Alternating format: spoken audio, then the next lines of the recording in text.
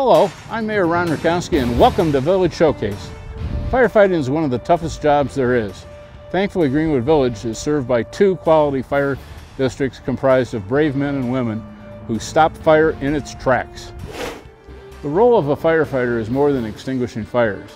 Firefighters assist when someone suffers a heart attack or stroke, they extract people from vehicles after a crash, or respond when someone is stopped breathing. There are countless dangerous scenarios they are exposed to every day as we trust them to save our homes, our businesses, and our belongings. A lot has changed in the firefighter profession since 1736, when Benjamin Franklin started the first volunteer fire department in Philadelphia, Pennsylvania. Let's take a look at some exciting new things that are happening here at South Metro Fire Rescue.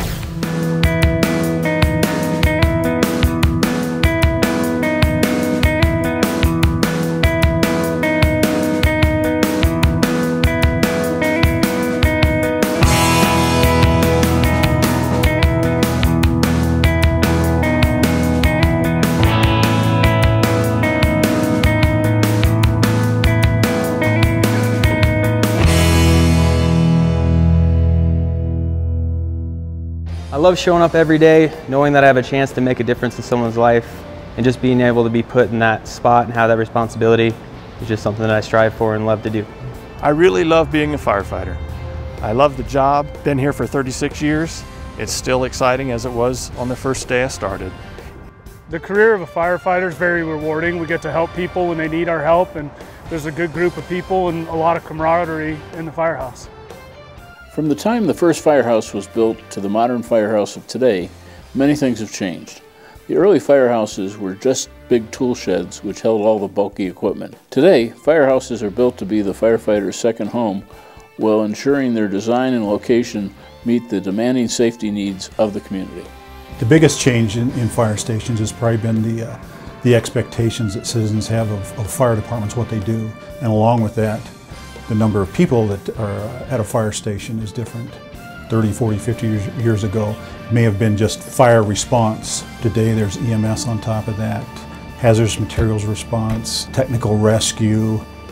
We have an armed car, advanced resource paramedic program. The equipment that the firefighters are assigned to do their jobs is greater. So space needs, not only the apparatus, bay size, the number of bays, all that stuff gets bigger.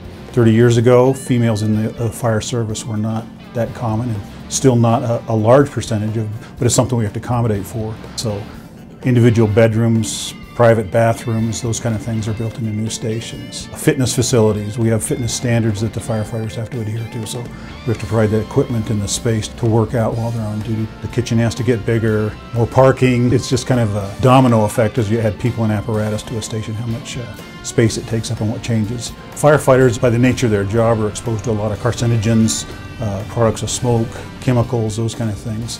They're also exposed to that stuff in the station, diesel exhaust when the trucks start up. So we have exhaust capturing systems in the station to get that soot and smoke out of the station. We have separate HVAC systems for the apparatus bays as opposed to the living quarters. With EMS, bloodborne pathogens is a big exposure. So we like them to launder their uniforms and bedding at work. Technology is another change that's happened over the years. Even when I started, reports were on paper. Now there's tablets, there's iPhones, there's all sorts of technological devices that help us do our job better. It just makes it a better living environment. The district has a 5 to 7 year capital plan. In that is all buildings. We have a training center, we have fire stations, and most of those in the next 5 to 7 years are fire stations. Station 31, which is currently under construction, that's an existing station. Is that station in the right location? So we look at response zones. Are we meeting our response goals for that particular district? Part of that evaluation, if we move that site, not only affects that station, but it affects the stations next to it that provide support, or they provide support too. It's a system approach. We want each community to kind of adopt their fire station, and I think Greenwood Village, the neighborhoods around Station 31 have adopted that station. So moving a station is a big proposition. The other advantage to the citizens overall is having a new building, the things we design in there, the durability, the longevity, the lower maintenance. So there's some long-term costs that the citizens will see some advantages to over the lifespan of the building.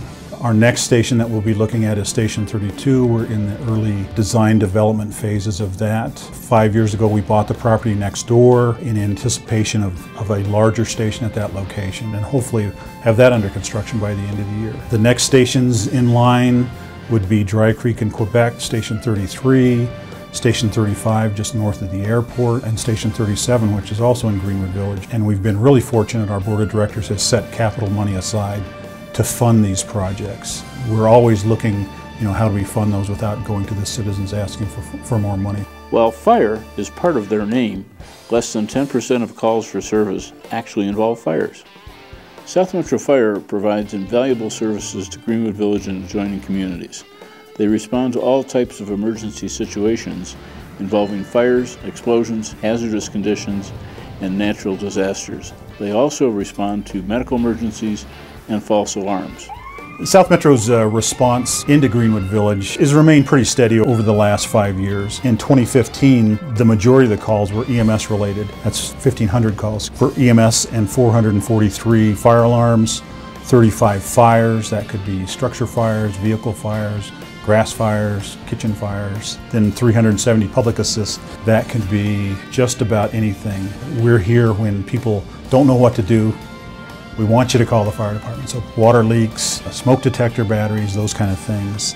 And then special operations call, there were 14. So in Greenwood Village, that could be SWAT assists, dive calls, tech rescue calls, hazardous materials. And what we're seeing now is the extended care facilities. Those are increasing our call not only in Greenwood Village, but in other areas. So the national standard that we shoot for is, we have 3 categories: urban, suburban, and rural districts.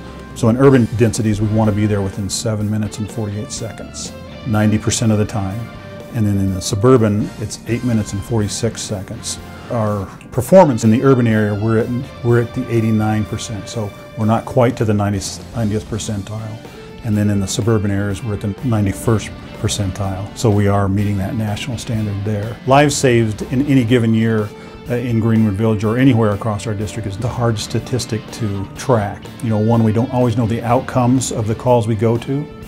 We hope that every time we respond, we do have a positive outcome on the call and maybe prevented a tragic event. On the front side of that, we do a lot of work in prevention, mitigation, public education. We can't prevent all incidents from happening, and hopefully we've given people the knowledge and the ability to keep an event from having a tragic ending. We know we're having an impact. Our goal is to hopefully never have any of those incidents at all. It's just a strategic objective of the district to prevent things from happening before we have to respond with the fire trucks and the medic units. Prepared to respond is South Metro Fire Rescue's overall goal. With a new program aimed at saving residents a trip to the emergency room, this new service is giving citizens more options when they call 911. The Advanced Resource Medic is a unit that's staffed by an advanced practice paramedic and a nurse practitioner, and its purpose is to treat patients with urgent rather than emergent problems in their home or their place of business. It got started because right now we don't have a lot of options other than to transport someone to a hospital to get them treated. This actually meets somewhere in the middle, like bringing an urgent care to their house to take care of those issues. It's much more economical and the patient's satisfaction is much higher. The calls that fall nicely within the ARM unit, or the Advanced Resource Medic unit's capability, are the things like lacerations and stitches, broken bones, minor broken bones I should say, upper respiratory infections, urinary tract infections, those kind of issues that you would typically may not go to your primary care doc, but you would go to an urgent care center for that kind of treatment. So the way a typical call would come in is it comes in through 911. The injury type or illness type will trigger the dispatcher to add the ARM car onto the call, or the crew will. So the engine and a medic unit will still respond, so that we assure that when we get there, we have all the resources we need to handle it no matter what the event is. Once it's determined that they could be treated by the ARM car and the patient elects to go that way, then the other units will go in service and the ARM car will remain on scene. One of the big benefits is the average time that the nurse practitioner and the advanced practice paramedics spend with the patient is a little over an hour. So it's pretty rare that you've had a chance to sit down with your physician and have an hour-long chat while the treatment is going on. And so we do a lot of case management, a lot of helping them with healthcare navigation. We talk to their primary care physicians and their family members and get appointments scheduled, help them fill out paperwork. We talk to the home health care agencies if they need home health care. It really does get them back in the cycle of being treated by their primary care docs, and that's the way the healthcare system is supposed to work, so that they're just not in a cycle of going to the emergency room for treatment and coming back. The arm car is staffed with nurse practitioners that typically work several shifts in the emergency department and then a shift here during the week, and they have decades of experience. The same with the advanced practice paramedics, are all seasoned paramedics. The idea is their judgment and their ability to treat patients is crucial when you're doing it outside the hospital environment. The target audience for this was the assisted living or the elderly, people with decreased mobility, being able to move around and get in to see their doctor, and we still see about 50% of the patients fall into that category. And in this district, the number of assisted living beds that open up in our district every year is unbelievable. One of the audiences we didn't really expect is the 20s and 30s that just don't have the time to see a primary care physician. We've kind of built up a clientele in both of those arenas. The purpose and the goals for putting in a program like the Advanced Resource Medic was to better utilize the resources that we have. So as the less urgent call volume starts to grow, we didn't want the answer to be just add more personnel and more medic units and transport units. We wanted to find a way that stretches those resources a little bit by taking care of those people without taking them to the hospital. So it's a win-win for everyone. The Advanced Resource Medic Unit, known as ARM, brings noteworthy success providing advanced care to people on scene as an alternative to emergency transport. Not only does the service provide medical benefits, patients receive some cost savings on their bill. The cost is significantly less than going to the emergency department. According to the data here in this area, a typical visit is about $2,500. For us, it's typically $2,000 less than that. We contract with all the major insurance companies, and the best outcome that we can have is stacks of testimonials that people say that really, in some cases, change their lives. One of the other effective measures of the program is looking to see how many patients that we treat that ultimately don't end up back in an emergency room for the same problem. And so after we take care of you, they will call you again in a week to see how you're doing, and they'll call you again at 14 days to make sure that everything is resolved from there. And it's nice to know that the patients end up getting closure from this event and are not plagued by the same thing that we saw them for. Our vision is to put the right resource in the right place, that we bring the right amount of care for the right kind of illness or injury. In order for firefighters to work effectively, they need to be physically strong, flexible, and have muscular endurance. After a firefighter nearly died from a heart attack while on duty, South Metro Fire Rescue decided to pursue a new health and fitness strategy for its firefighters.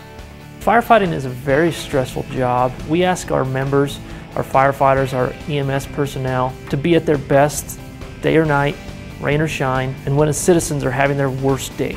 The PPE that our firefighters wear could be anywhere between 50 and 70 pounds of added weight on their back. The environments that they work in on a regular basis is an exercise physiologist's worst nightmare. You're in extreme heat, you're in smoke-filled rooms, in dark situations with lives on the line. So I would say stressful is an understatement. When I had my heart attack, we were doing a typical day on duty, showed up to work, did a little hose training in the morning. That day was also our fit for duty test. So annually we go through a test to make sure we're fit for duty to be a firefighter. That test consisted of donning all of our gear, all of our turnout gear, our coat, pants, our SCBA air pack, our mask on our face, breathing air, helmet, gloves, and then we run up 5 flights of stairs with a hose pack. At the top we pull up another hose pack on a rope up those 5 flights, run back down the stairs, hit a 160-pound beam with a sledgehammer, and then you pull a charged hose line 75 feet and a 185-pound dummy 100 feet. If you complete that in under your 7 minutes, you're considered fit for duty and you're good to go for another year. So everything went great. Did my fit for duty test, felt good. Did it in about 1:40. Everything seemed fine. Then we went back to the station, got a late lunch, and then after lunch just started feeling like I had a lot of indigestion and it was really hurting in my chest. So I finally got my crew and said, something doesn't feel right, you guys check me out. So they went and got the equipment off the truck. We went into the day room, they hooked me up to the life pack, which gets a picture of your heart. And immediately the firefighter slash paramedic, Shelly Davis, saw something she didn't like with that. And she says, yeah, we need to go get you checked out, Nick, something's not right here. And then at that time I went into full arrest and fell on the ground right there in the station. I had no history, didn't smoke, was fairly active, wasn't overweight, so I really didn't have a lot of the key indicators that would say I was a cardiac risk by any means. I did know that heart attacks are one of the leading killers of firefighters. Never really thought myself to be into that category. So yeah, it was a big eye-opener for me. One, it made me realize life's a gift. Two, it made me realize not to take things for granted and to maybe start monitoring my health a little bit more, even though I didn't feel like I was doing anything terribly wrong. We had 3 firefighters that had some pretty significant cardiac events occur following our physical ability testing. We were kind of lacking in health and wellness and fitness. Both Local 2164 and the executive team came together and said, what can we do to provide our members with better wellness? Our wellness program is the result of that collaboration.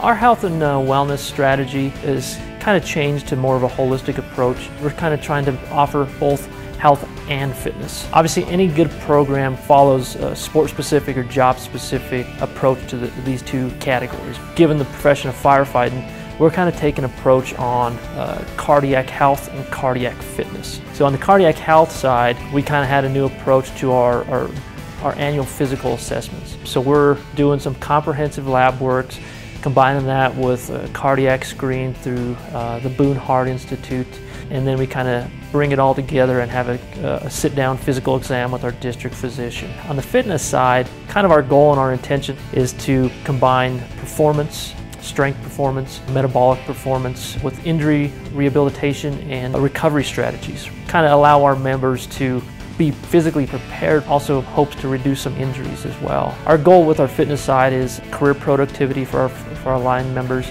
and career longevity. Offer them the best chances possible to retire healthy. The tests we administer to measure firefighter health and fitness, we do a complete cardiac and lab assessment through the physicals. And then through the fitness stuff, what we're looking for is really 5 areas.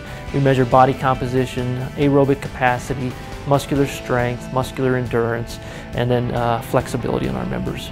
Nationally, on average, heart attacks are responsible for nearly half of yearly firefighter deaths. Even though the job itself will spike your heart rate, South Metro says they are making great strides to withstand that spike by improving the tools firefighters have to handle the stresses of the job.